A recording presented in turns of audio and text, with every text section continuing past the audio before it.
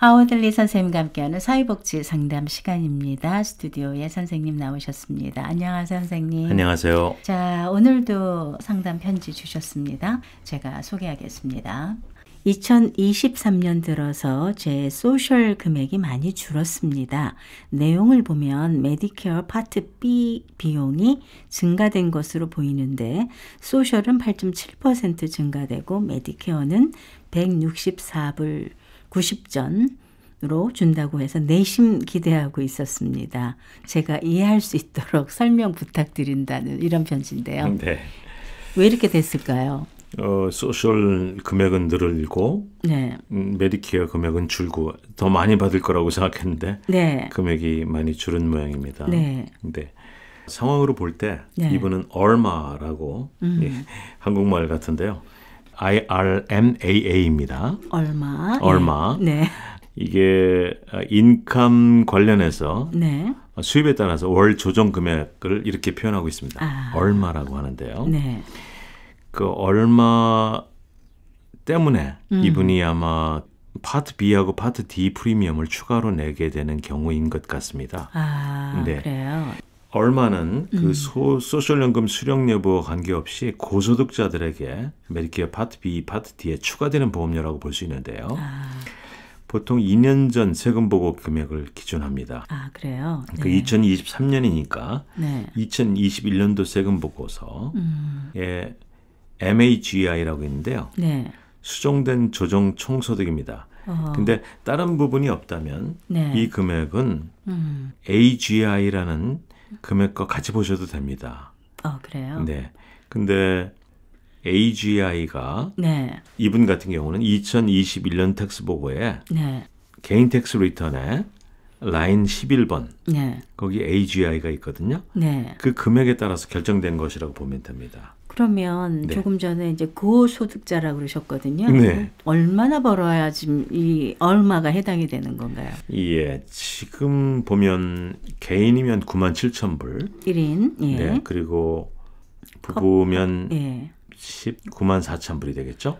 이제 이걸 그 이상이 되면 일단 얼마가 적용이 되기 시작합니다. 네. 그래서 파트 B의 경우는 최소 65불 90센트에서 네. 최대 네. 대략 한 50만 불 넘어 75만 불 될 겁니다. 개인이면 50만 불 네. 넘어가는 소득이 있는 경우에는 395불 60불까지 추가가 될 수가 있습니다. 그렇군요. 네. 네. 많이 버니까 많이 내라는 거죠. 근데 대부분의 경우 일시적인 증가가 대부분일 거예요. 그래요? 그래서 이분 같은 경우도 아마 부동산을 매각했다든가 네. 네, 뭔가 네. 그 해에만 해당하는 예. 일시적인 소득이 있었기 때문에 네. 아마 2023년에 예. 이런 그 얼마를 적용받게 된 거라고 판단이 됩니다. 그렇죠. 네. 그런 경우라면 네. 2024년도가 되면 자동적으로 네. 그 원상 복귀가 됩니다. 그렇군요. 사실 메디케어를 받으실 그 연세가 되면 다 리타이어 하셨잖아요. 네. 그래서 이렇게 많은 소득이 있기는 힘든데 그렇죠. 계속해서 하시는 분들 아니라면 그렇죠? 네.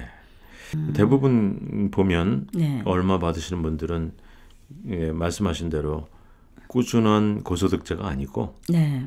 그 부동산 매각 등 그 일시적인 자산 소득으로 인해서 한 해만 이런 부분을 적용받는 경우가 대부분이라고 볼 수 있겠습니다. 네. 그러면 지금 메디케어 파트 B, D 이렇게 해서 가져가는 돈들이 이런 고소득자 말고 보통 분들 얼마 가져가시죠? 메디케어 프리미엄 말씀드리는 거예요. 네. 지금 이분도 잘 알고 계시다시피 메디케어 파트 B는 164불 90센트가 되었고요. 네. 그다음에 파트 D는 주별로 좀 다릅니다. 네. 그리고 이제 벤치마크 프라이스라고 해서 따로 있는데요. 대략 한 37불에서 43불 월 보험료가 책정이 되어 있는데 보통의 경우는 메디케어 파트 A와 B가 있는 분들은 파트 C라는 그 메디케어 어드밴티지 그 우대보험이죠. 우대보험으로 바꾸시면서 파트 D에 대한 부분을 같이 수용을 하게 되죠. 그래서 별도로 파트 D를 들지 않고요. 파트 C를 들음으로써 파트 D가 포함된 B에 대한 보험료만 내면 되는 거죠. 네. 그래서 대부분은 파트 B 보험료만 내고 있다고 보시면 될 것 같습니다. 자, 그러면 이분의 경우 조금 전에 AGI 라인 11 거기에 있는 금액에 따라 이제 결정이 됐다고 그러시잖아요. 네네. 그래서 이제 이유가 확인이 되면 약간 이제 내가 뭘 잘못해서 수정 보고 하고 싶다. 네, 수정 보고보다도 만약에 본인이 그 숫자를 보니까 전혀 다른 내용이다.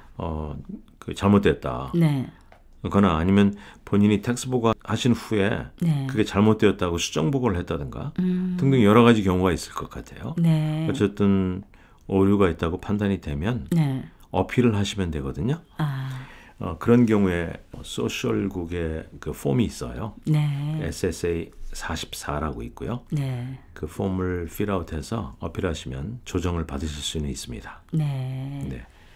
뭐 사실 뭐든지 조정은 가능하네요. 네, 그렇습니다. 시간이 걸려서 그렇죠? 네.